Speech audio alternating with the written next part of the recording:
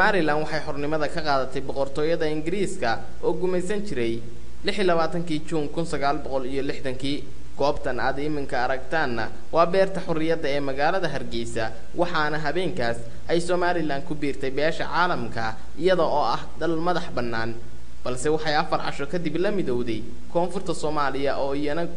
ka qaadatay madax bannaanida Talyaaniga oo gumaysan jiray 1 July 1960 1969 Soomaaliya waxa qabsaday dawladii militariga ahayd ee hogaaminayay Siyaad Barre dadka ku dhaqna gobolada waqooyi ayaa waxay kala kulmeen dawladaas militariga ahayd cadaadis ballaaran waxaana uu kamay ururkii SNM oo lagu aasaasay arriga Ingiriiska waxay dagaal la galeen dawladii Siyaad Barre aakhirkiina waxay ku guuleysteen inay gacanta ku dhigaan gacan ku haynta Somaliland waxa odayaashii waxgaradkii iyo waliba madaxdii ururkii SNM isugu yimaadeen shir ballaaran oo ka dhacay xarunta gobolka Togdheer ee Burco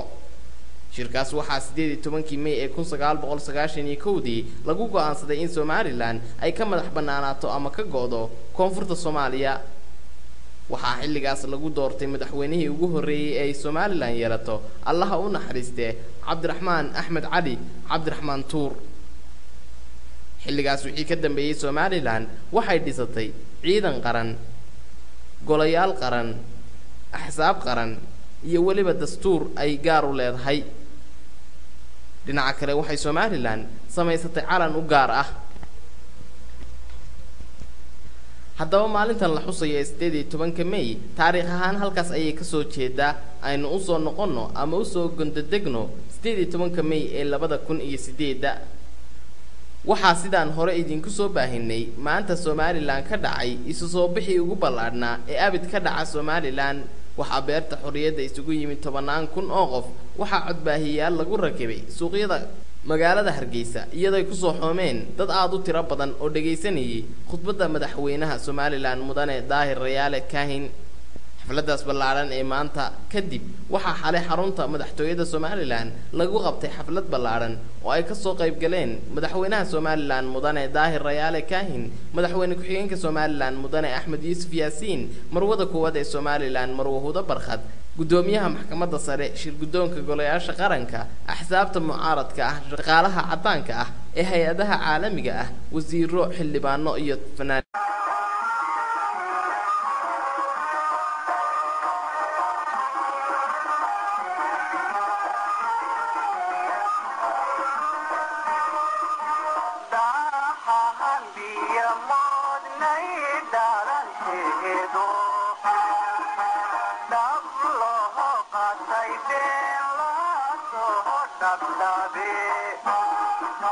Dara har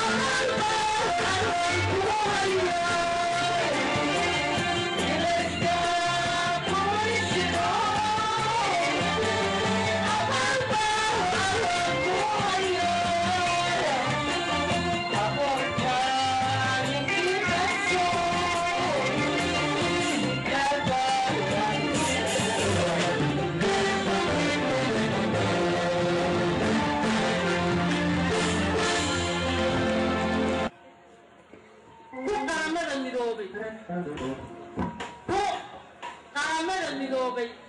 أفريقيا هي إيشيا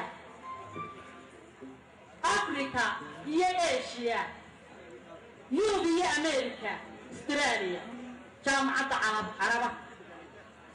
الدنيا دمان وحنو شيغينا ummad waxaanu nahay eed laga galo indhaha laga qabsaday ummad waxaanu nahay qoolidii nacdo qalin qaadatay ummad waxaanu nahay geeska afrikaba iyadu